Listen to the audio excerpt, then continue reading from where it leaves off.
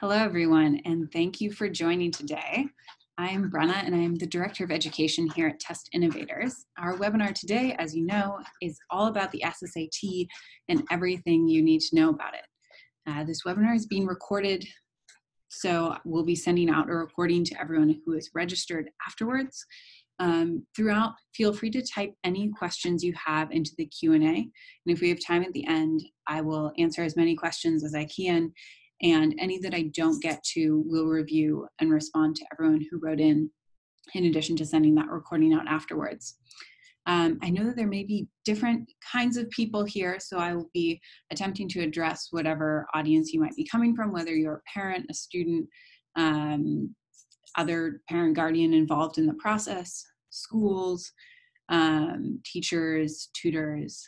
If you have any questions, though, that are specific to your situation, please feel free to send a question over or to contact us after the webinar, and we would love to address anything particular to your situation. With that, let's get started. And I'm going to start by just talking a little bit about who we are. So we are the leading test prep platform for the SSAT, and we've helped over 100,000 students prepare for standardized tests and get into the most selective schools. Based on the years that we've spent helping students with test prep, we know a couple things. First of all, standardized test taking is a skill that you can learn, and it's different from the other types of tests that students take. Like all skills, you have to learn and practice in order to improve. And when you've mastered this skill, that's when you're able to demonstrate your knowledge most effectively on the test. Secondly, advances in technology have made it far easier to prepare for the test. It allows you to quickly identify strengths and weaknesses and then provides the best tools so that you prepare efficiently and effectively. And those two tenets form the foundation of the tools and resources that we've developed to help students prepare for the SSAT. And they also inform the strategies that I'll be sharing with you in today's webinar. And a little bit more about those strategies. Those have been developed based on knowledge that we have from working with admissions departments, based on feedback from students, families, tutors who have used our system, and also data that's collected from the hundreds of thousands of questions answered on our platform. Additionally, some of the most important data that we have is the results of official SSAT test scores and admission results. We've compiled that data and made it available, and we'll be including a link to this resource along with the recording of the webinar. This information is important because knowing where scores will put you in your applications to your target schools helps you decide where you're applying and think about where your test scores are right now. And this is an example of what our schools data looks like. If your student was interested in the school, you can see at a glance the scores in the yellow or green bands are generally considered competitive. When looking at this data, it is important to bear in mind that there are many parts of the application that influence admissions decisions, and this is really just designed to give you a good benchmark and directional information about scores that we have found make students competitive applicants.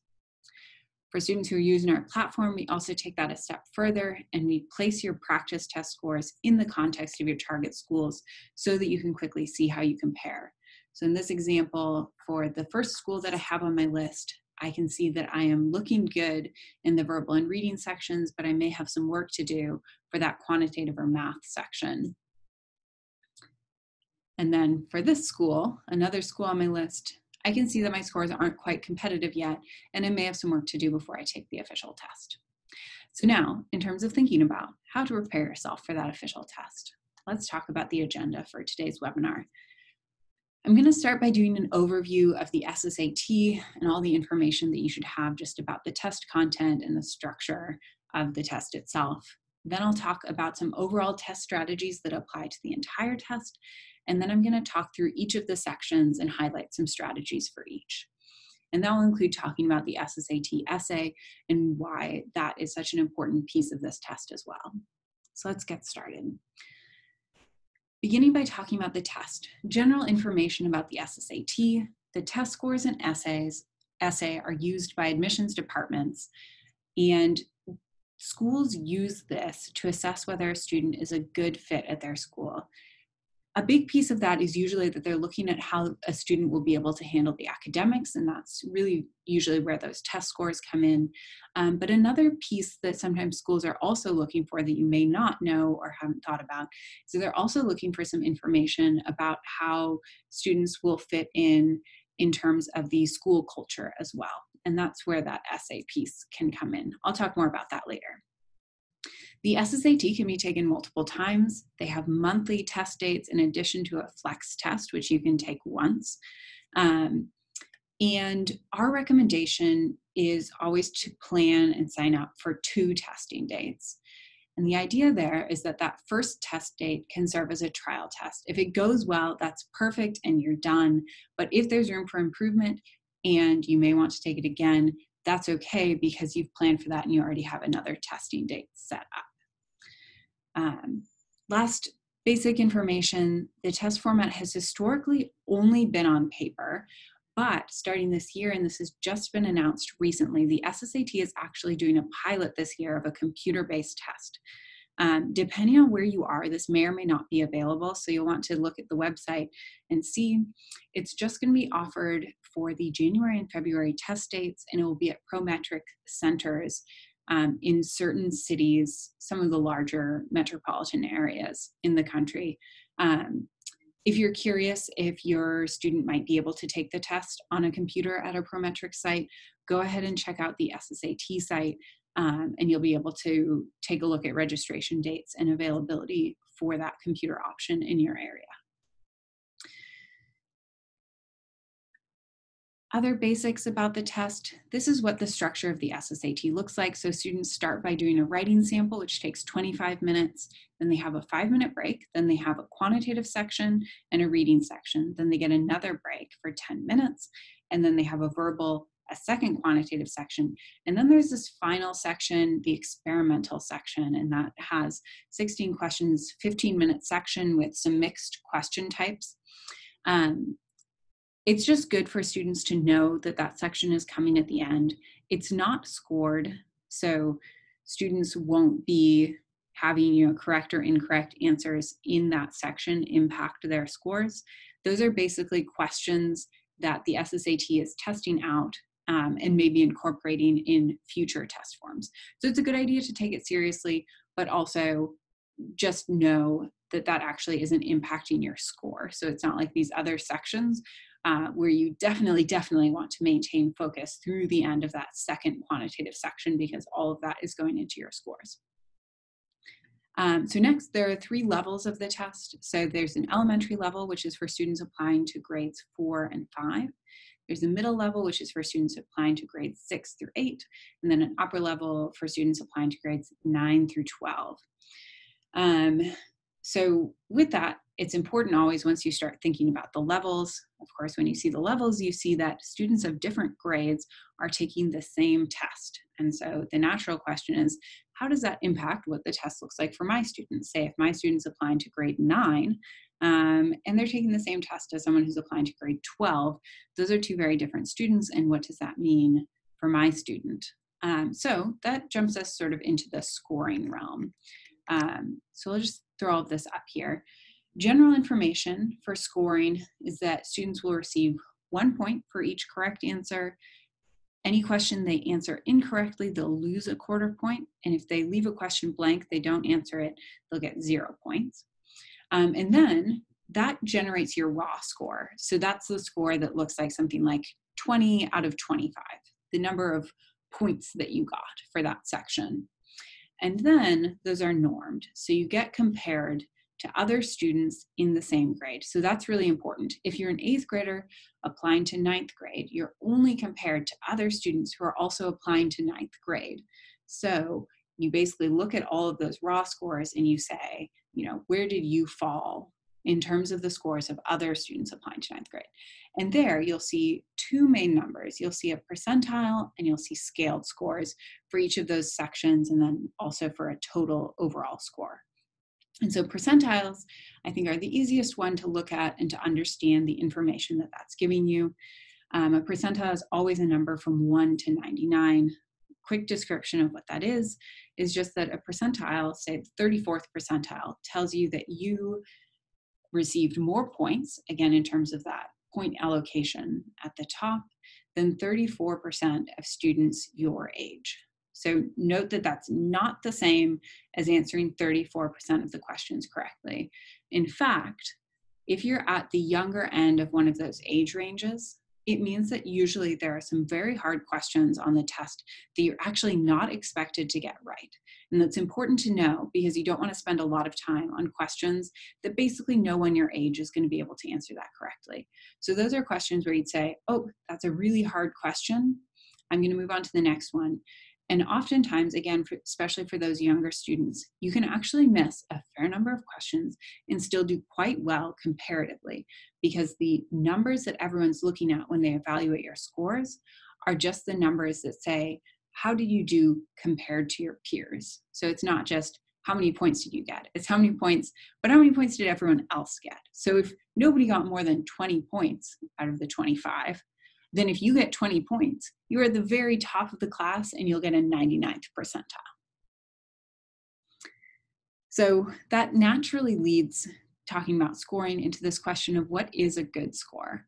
And it's important to note that students often see lower scores on the SSAT than they do on other standardized tests, and that is totally fine. The SSAT has a small and highly competitive pool. So compared to other standardized tests, the students who are taking the SSAT generally tend to do better on standardized tests. Additionally, unlike other standardized tests that students might take, say, in school, the SSAT is designed to distinguish top performers, not just to say, do you know what you should know as of 6th grade? It's saying, who's at the top of 6th grade? Because it's used as an admissions test, as opposed to an achievement test of have you kept up with the schoolwork.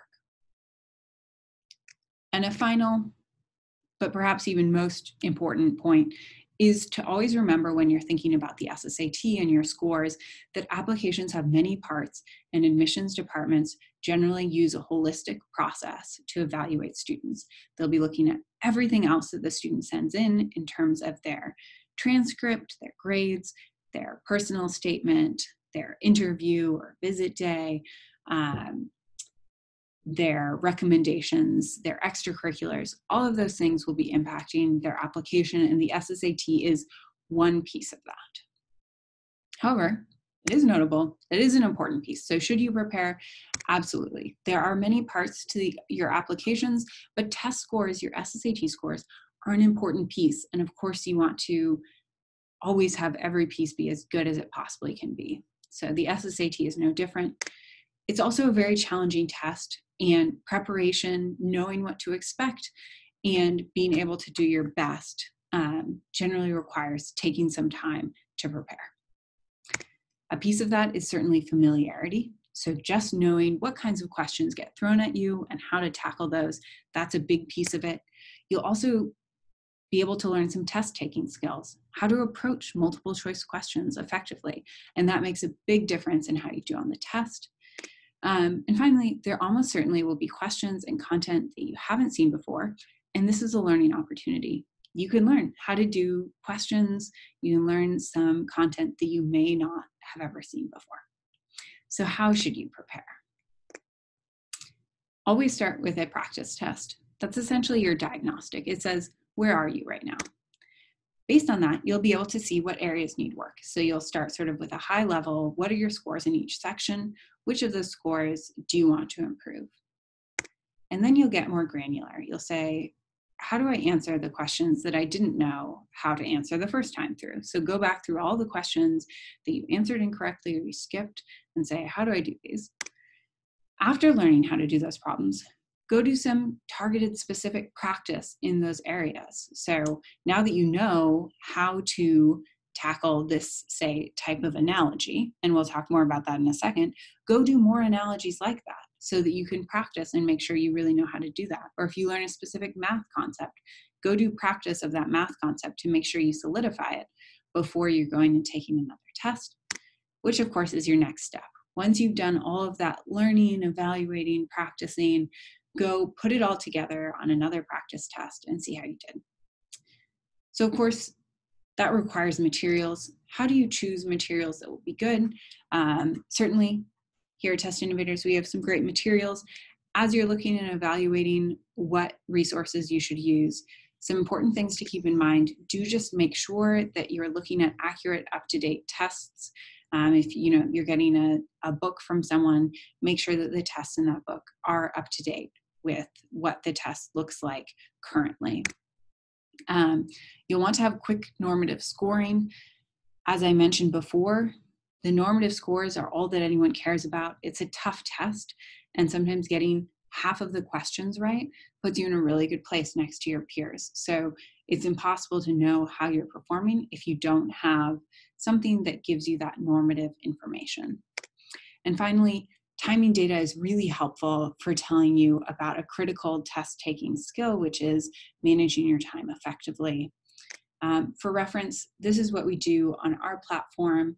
And what it shows you is you have time on the x-axis and the questions are on the y-axis. So you can see that this student went through all the questions on the section, and then they came back and they checked their work. So that looks like a pretty good time allocation. Being able to have insights like this about how you're managing your time is critical to helping students become effective test takers, and also to help foster a reflective process for learning. With that, let's talk about some overall strategies for the test. And perhaps the first and most important strategy to talk about always whenever you're looking at a multiple choice test is elimination, or process of elimination. And the point here is that the SSAT is a multiple choice test. So you should use the process of elimination. Cross off answer choices that you know are wrong. Essentially what we're saying is, don't just think about, do I know the right answer? You should also be saying, are there any of these answer choices that I know are wrong? Because what that will do is mean that then you can make an educated guess. Or sometimes you'll have eliminated all but one answer choice and you'll just know the right answer. So always think about that elimination piece in addition to thinking about whether you know what the right answer is. Second most important strategy is what to do about that guessing piece. So as you'll recall, on the middle and upper level of the SSAT, and notably this is not true on the elementary level of the test. On the elementary level of the test, if you answer a question incorrectly, you get 0 points. So it's exactly the same as not answering it. There's no penalty for getting it wrong. But on the middle and upper levels, there is. Incorrect answers, you lose a quarter point. And that's important to know because that's different from most in-school tests where you simply get points for getting things right, and there isn't anything docked for having gotten it wrong. You don't lose points for that. So what does that mean in terms of test-taking strategy? Well, let's talk about what it would look like in a theoretical scenario to guess. Let's say you guess on every question even though you have no idea. So we're going to have a theoretical 5-question test with 5 answer choices for each question. Because of course the SSAT, there are 5 answer choices. So let's take a look at that. If you were to randomly guess on every question on that test, on average, you should get 1 of the questions right, because there's 5 of them, right? And so 5 of them, 5 answer choices, you can get 1 right and 4 of them wrong. So if we look at the score, that means I get 1 point for that correct answer and I lose a quarter point for each of those wrong answers. So on average, I'm expecting to get no points. And here's just a quick visual that's showing that, saying, of those 5, I'm expecting I'll get 1 of them right and the rest of them wrong. Okay, so what would have happened if I said, okay, I don't want to guess if I don't know anything. I'm just going to leave them blank. So same 5-question test, 5 answer choices, but I'm just going to leave everything blank because I don't want to risk losing points. What that would look like is I get 0 points because there are 0 points for unanswered questions, which means my overall score is 0. And what you'll notice is those are both exactly the same score. So on average, you get the same number of points if you guess randomly as if you leave a question blank. So what does that mean? There are some real benefits to guessing. The first of which is that you won't get off on your bubble sheet. One of the things you have to do on the SSAT when you're taking on paper, which most students will, is you have to transfer your answers from the paper test onto an answer sheet, bubbling everything carefully. easy to get off. If you start skipping questions, it makes it a lot easier. So if you always answer every question, you're much less likely to have your answer sheet not actually reflect what you're doing on your test. Additionally, if you can eliminate even one answer choice, which hopefully most of the time you can, and I'll talk about some strategies for how to do that in each section in a second here, you will get more points from guessing on average than if you leave it blank.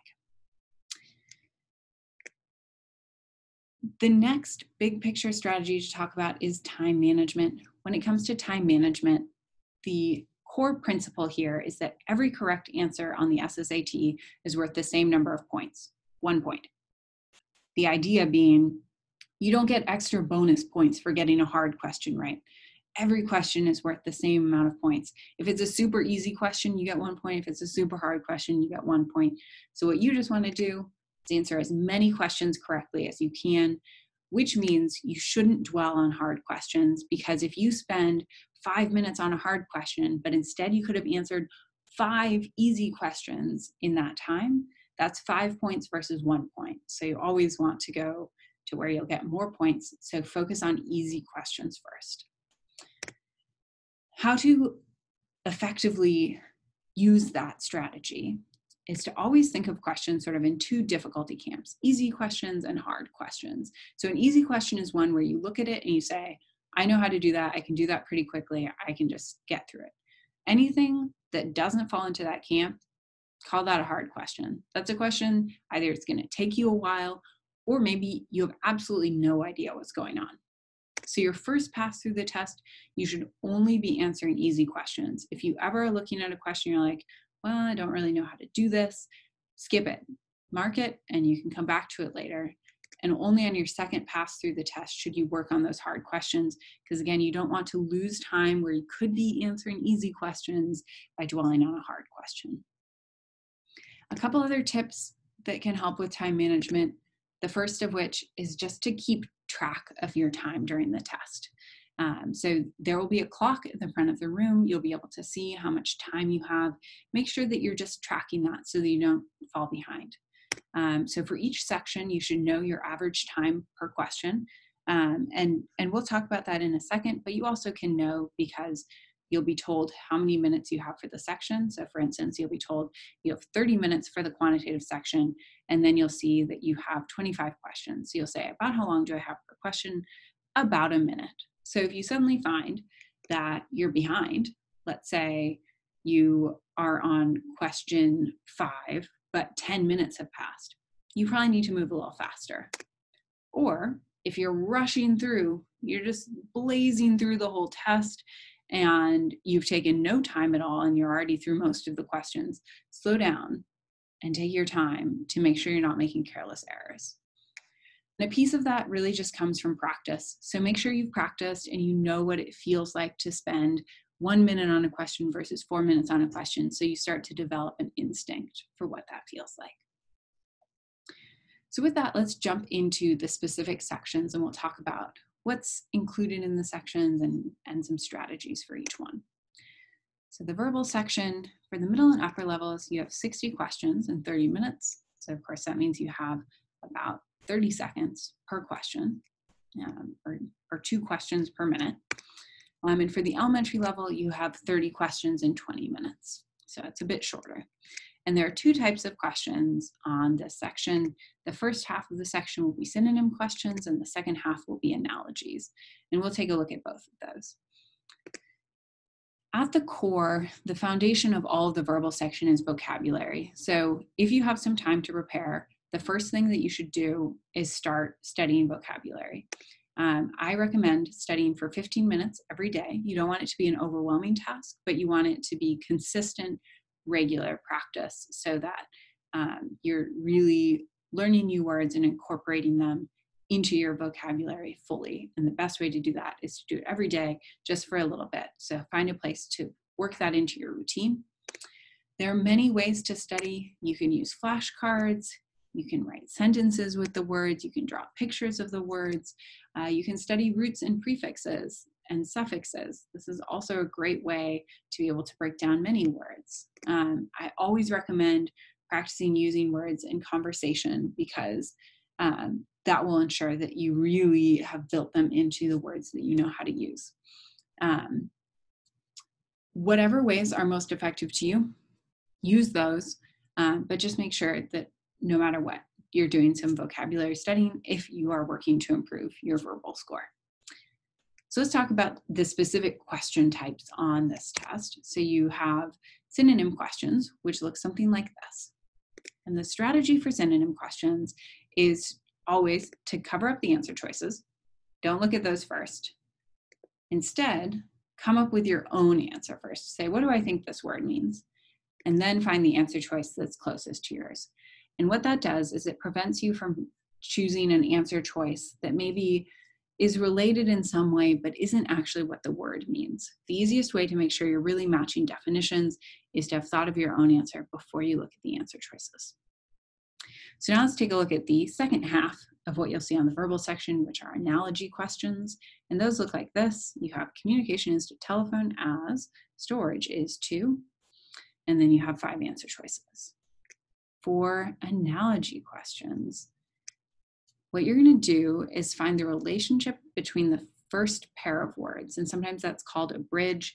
Essentially what you're doing is making a sentence. You're making a sentence that relates those 2 words.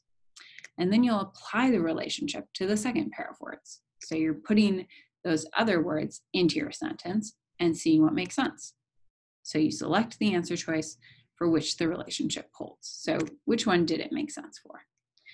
Let's take a look at a practice of what that would look like. So looking at that same question, we have communication is to telephone as storage is to what? So what is a sentence that relates communication and telephone? Maybe the sentence I'd come up with is something like, a telephone's purpose is communication. So a telephone's purpose is communication. And now I'm saying, which of these makes sense with storage? Well, something's purpose is storage. A pencil's purpose is storage. A cash's purpose is storage. A locker's purpose is storage. Oh, that one makes sense. So that's probably the right answer. I would still check those last 2 answer choices to make sure I hadn't missed something, but I'd see neither of those make sense.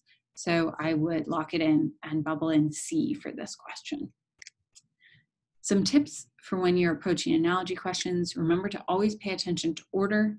It matters, and it has to match from the first pair of words to the second pair of words. So talk is to shout is different from shout is to talk. So make sure that the order matches. And similarly, the parts of speech should also match. So whatever parts of speech you have in your original pair of words should match the parts of speech of your second pair of words. The types of analogies that you'll be looking out for: you have synonym analogies, antonym analogies, and this gives you an example of each of them, degree analogies, characteristic analogies, part to whole, type kind, cause and effect, and definition purpose. So if you're working on analogy questions and trying to improve your score on the verbal section, it can be really helpful to know what types of analogies and what types of relationships you might be looking for. And so this is a good list to reference. And with that, let's jump into the quantitative or math sections. So on the middle and upper levels of the test, you have 2 of these, as you saw on the structure slide. And for each section, you have 25 questions and 30 minutes. So as I noted before, it's easiest to just think of it as about a question per minute, and then you have some extra time. But in terms of having an easy way of keeping track of how long you should spend on each question, 1 minute is an easy way of keeping track of that. And then for the elementary level of the test, you just have 1 quantitative section, and it's 30 questions in 30 minutes, so exactly a minute per question. The subjects that show up on these quantitative sections, you have at the foundation of everything, there's arithmetic. So addition, subtraction, multiplication, division, operations that have to do with negative numbers, fractions, decimals, all of that should be really comfortable. If any piece of that seems uncomfortable, that is the best starting point for reviewing and making sure that you have a solid foundation for this. So if you say, ooh, negative numbers, I always mess up stuff about negative numbers or fractions, that's a good starting review point. Especially for the middle and upper levels of the test, there's a fair amount of algebra. So that includes things like solving equations and also many word problems. Then there's a smattering of geometry, so you'll see shapes, triangles and rectangles and polygons, and especially again for upper level students, you might see some three-dimensional objects, you might see some prisms, things like that. And there's data analysis and probability. So for those, you'll see things like charts and graphs that you need to interpret, tables that you need to interpret, probability, of course, asking about probability of certain events. One of the things that we see most often with students on standardized test math sections is making careless errors. So the first thing I always want to make sure students do is get every question that they know how to do correct. And the best way to do that is to make sure you avoid careless errors. So here are some tips on how to avoid careless errors. And the start is always to read carefully. And when you're reading carefully, that means you underline important words and numbers. That helps you pay attention to the information as you're reading, and actually make sure that you use everything you need. Pay attention to units. If the question gives you centimeters and then the answers are in meters, make sure that you are giving the answer in the correct units. And this one is really important. Every single question, as soon as you've solved it, before you move on to the next question, check to make sure you answered the right question. So maybe it said, what's the probability that it's not red, for instance? Well, if you solve for the probability that it is red, you knew how to do the problem, but you're about to get it wrong because you didn't read quite carefully enough and answer the right question. So always check this. It's worth the 2 seconds it takes to make sure that you get the question right every time. Drawing pictures can be really helpful for helping you parse information if something seems complicated. It always helps to write your work down. Showing your work and checking your work are huge for avoiding careless errors. It's a lot easier to make mistakes, especially with arithmetic, if you try to do it in your head. That's a really cool and awesome skill to have, but best not to demonstrate it on the test because no one will know that you did this fantastic mental math, arithmetic, because they're just going to see that you got the question wrong. Some strategies beyond avoiding careless errors that you can use, especially for tackling questions that maybe you're not sure of how to approach directly, or maybe it would take a while. So things to always think about when you see math questions, to say, will this make it faster? Will this be a way that I could approach this question if I'm not sure how to do it? And the first of those is to use estimation. Estimation is a tremendously powerful tool for helping you eliminate answer choices that can't be true, and oftentimes even determine exactly what the right answer is. So if you always at the beginning, after you read a question, say, are there answer choices I can eliminate? What ballpark should my answer be in? Should it be a positive or a negative number? How big should it be? All those things will help you narrow down your answer choices and potentially even find the right answer. Second key strategy for math questions is to remember that you have answer choices. So sometimes you can just plug in the answer choices into the question and see which one works. If you're doing that, remember to always start with the middle answer choice. You should always start with answer choice C, because after you plug that in, you should know if you need a bigger or a smaller number. And the answer choices on the SSAT are always in ascending or descending order, which means that if you know you need a bigger or smaller number, now you just know if it needs to be, smaller, maybe then you'll go up to B and see if B works, or if it needs to be bigger, you'll go up to D and see if that works. Whereas if you start at one of the ends, the first or the last answer choice, you may have to work through all of the answer choices before you find the right answer. And time is of the essence when it comes to the SSAT. You don't want to waste time plugging lots of numbers in when you don't need to. Finally, sometimes, especially when you're working with an algebraic expression or equation, you can actually substitute out for that variable. You can substitute in a number, and then you can see what happens. So if you're ever having trouble conceptualizing what's happening with a variable, plug in a number for that variable and see what happens. With that, let's talk about the reading section. So On the reading section, for the middle and upper levels, you have 40 questions in 40 minutes, and you have 8 reading passages to get through. So it's a minute per question, but you also have to remember that you'll have to read the reading passages with that time as well. And for the elementary level, you have 20 questions and 30 minutes, so there's a little bit more leeway on that one. There's some extra time for reading passages. And the question types that you'll encounter, you have main idea questions. So that'll be anything that says what's the main idea, or what's the primary purpose, or which of the following best summarizes, or what's a title that you would give for this. You have inference questions, tone, style, figurative language questions, vocabulary and context, organization logic, and supporting idea questions. So these are all the types of questions that students will see on this portion of the test. When it comes to the reading section, one of the toughest things for many students is often time management, because you have to read a long passage and then get through all of the associated questions. Recommendations to help students get through that are to practice skimming and underlining. If you're having any trouble getting through all of it, skim the passage, pay attention to repeated words. First and last sentences can be very helpful for helping you determine what a passage is all about. But of course, as you're figuring out a way to get through the passage efficiently, make sure that you're not rushing too much. So you don't want to move too quickly and then end up getting things wrong because you hadn't really processed what the passage was about.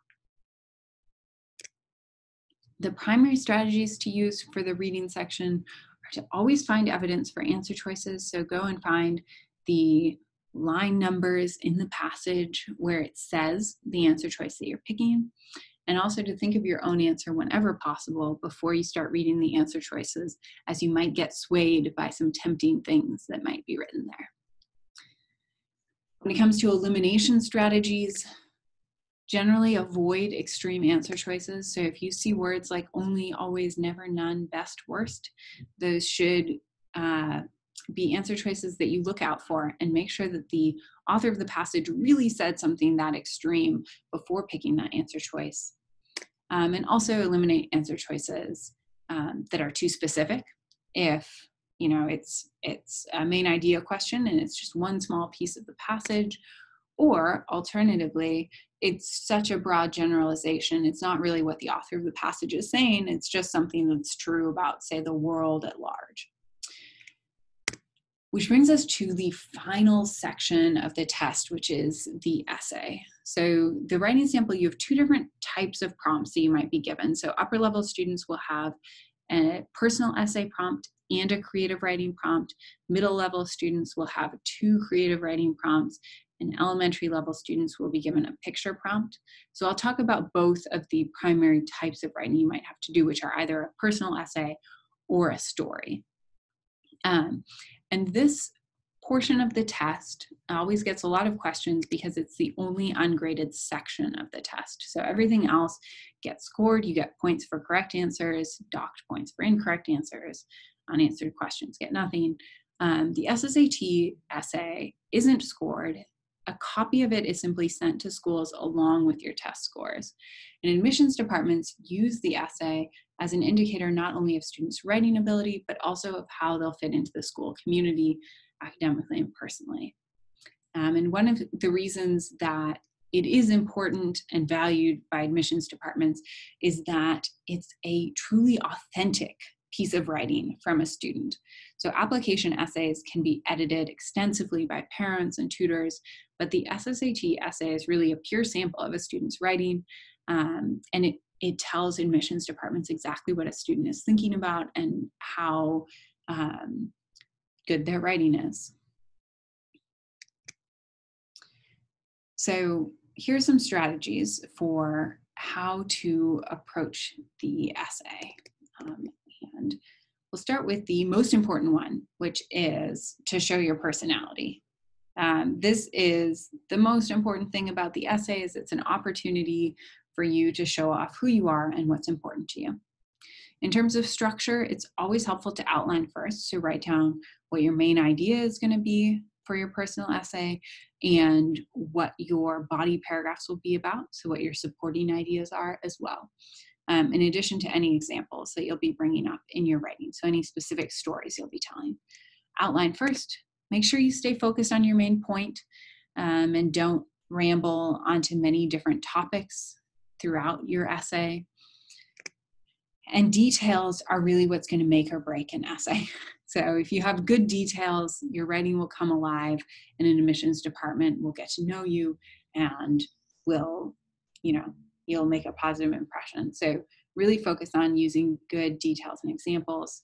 And finally, of course, don't forget about revision. You should always save time at the end of your essay to make sure that you have good mechanics, correct spelling, capitalization, punctuation, and grammar. Those are the sort of thing where if you make some mistakes there, it can be fine and it's understood you don't have a ton of time for the essay. But it might mean that whoever is reading your essay doesn't quite have their whole attention devoted to just thinking about the really interesting things you're saying. They might get distracted by the fact that there are these issues with your spelling or grammar. Strategies for the story are very similar. So again, you're trying to show your personality. Of course, you're going to outline before you start writing. You're going to say, what is my story going to be about? What's the main point? What's the conflict going to be? And how is it going to be begin and end? Who are my characters? What's the setting? Those are the sorts of things you should have in an outline or brainstorm before you start writing. And then the structure is you should have a beginning. So you'll tell your audience who your main characters are, what the setting is, and tell us what the conflict is going to be for your story. And then you're going to build it up. Use lots of description, as many details as you possibly can think of to explain what happens, build up your conflict, and then remember you need to have an end. So make sure that you tie off all your loose ends and have a nice conclusion where the conflict is resolved.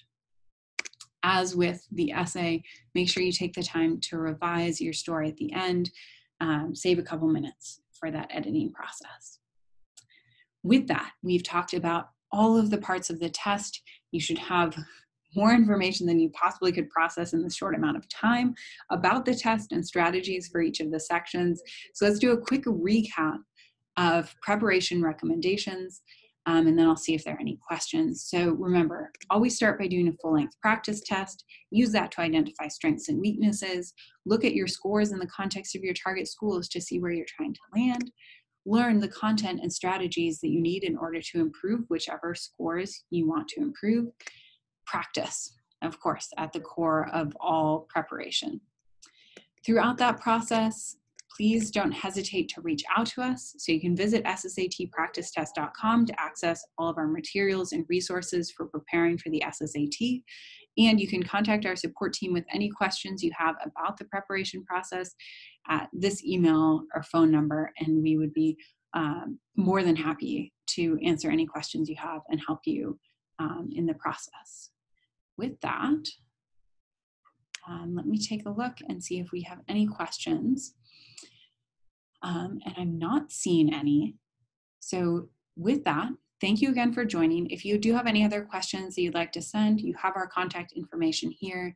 We'll be sending out a recording so you'll be able to reference any of the information you'd like from this webinar. Thank you again, and I hope you have a very nice evening.